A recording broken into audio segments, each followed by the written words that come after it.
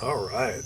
You know what I feel like having right now? A three-decker sauerkraut and toadstool sandwich with arsenic sauce.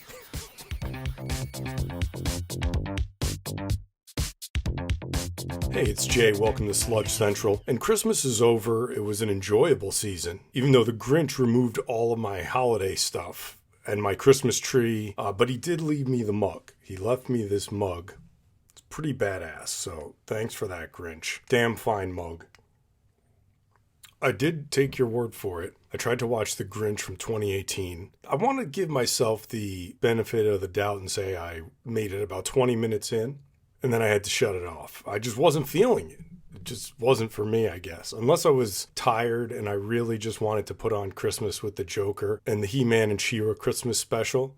This new Grinch wasn't standing a chance, but I did watch the original several times this season. That time of year post-Christmas and before New Year's Eve, it's definitely this kind of weird limbo. And I feel like even when I'm trying to be productive, like giving it my all, really giving it the old college try, I just can't. There's this invisible force holding me back. Of course, ultimately, I would really love to be super productive and do all those things that I said that I'd catch up on, but I'm finding it difficult. Just chill. You have no choice. You have to chill. And then there's all this eggplant parm around and rainbow cookies abound. In fact, freshly baked cookies, Tupperware as far as the eye can see. It's heaven. I just can't hold myself back. I have no willpower when it comes to homemade cookies. It's absolutely terrible. It's amazing and delicious, but it's terrible for me. I try to keep in shape, but it's just going downhill. So my mother made these chocolate chip cookies. She makes a host of different cookies, but she made chocolate chip cookies and I chose one. This one in particular looked familiar to me. Let's see what you think. My first reaction is that it reminded me of E.T.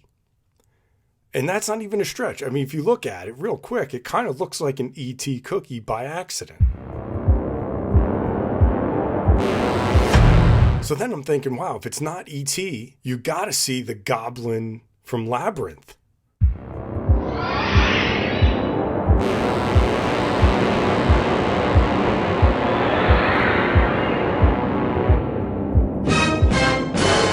It's a perfect time for some movie news, because speaking of Labyrinth, it's getting a remake or a sequel from the director of Nosferatu.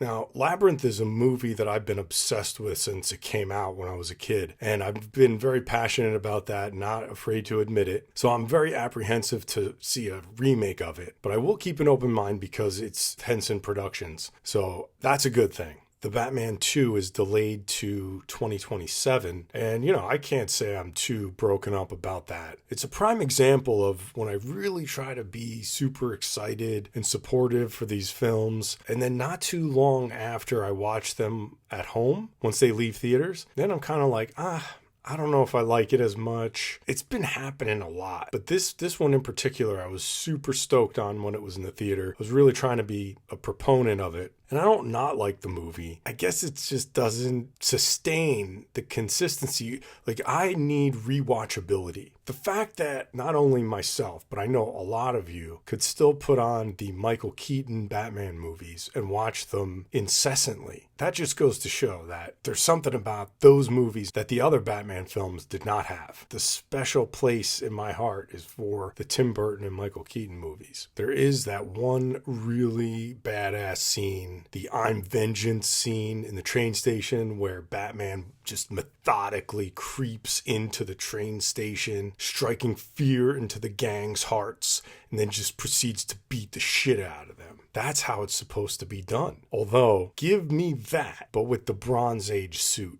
We haven't had the Bronze Age suit live action, technically. A lot of people say, oh, well, that's what Adam West wore. Not really. I'm talking lighter blue and gray, but not the armor stuff. Give me more if you have to go with a hard type of rubber, I would go with the Michael Keaton-esque costume. It all comes back to Michael Keaton. I love muscle cars, but I don't think it was right for the Batmobile. Even though it's badass and I thought it was really cool, loved watching those scenes in the movie, I just don't feel like it's right for the Batmobile. I like my Batmobiles more like fantastical, but not as fantastical as they got with the Joel Schumacher films. So I guess I'm somewhere in the middle of real car and fantastical. How about that? Got some cereal news. This one is very cool. Strawberries and cream pebbles coming out. And the box says this summer, but I have a feeling it'll probably be hitting shelves early because they always do that. There's already Easter Reese's out on the shelves. So strawberries and cream does sound good. I hope that it is a good mixture of the strawberries and cream because you can't go too heavy on the strawberry. You got to have a nice mixture. That's what's going to make it. But I'm open to all new Pebbles flavors. We've got some snack news.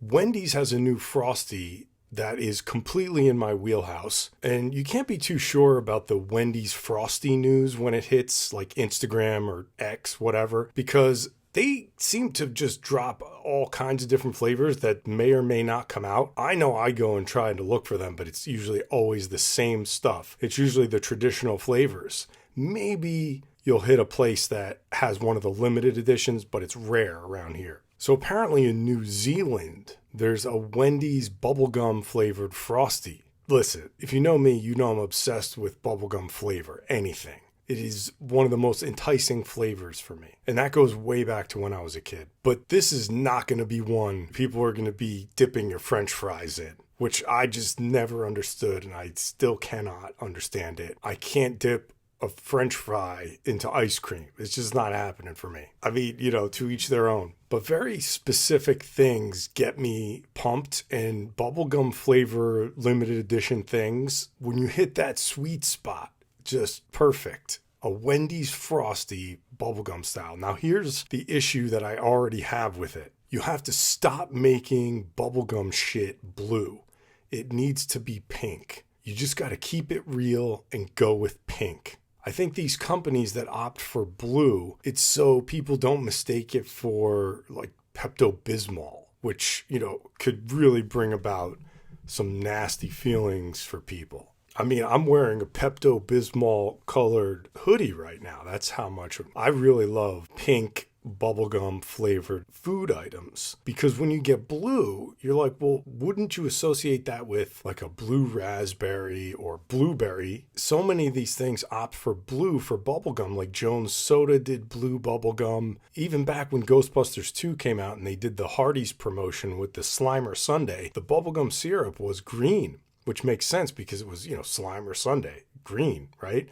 Totally makes sense. But it was Ghostbusters 2, a movie that literally starred Mood Slime, which was pink. They could have had a Mood Slime sundae. It would have made more sense. But I get it. You need Slimer to sell your product. I think it's amazing. A bubblegum flavored syrup on my sundae? Hell yes, I'm in. So let's see if it actually comes out in the United States. But definitely make mine pink. And more bubblegum stuff in general. If this upcoming summer is the summer of the Wendy's bubblegum Frosty, I have a lot to look forward to. I write myself these reminders about things to bring up on the show, and then I look at them and I'm like, what the hell? What does this mean? And then I just have no idea what I was referring to at all, and it perplexes me completely. I mean, I'm sure people do that. I know it's not just me, but still, like, it really freaks you out. Like, you're the one that wrote it. All right, guys, thanks for hanging out with me here at Sludge Central. I am Jay, signing off.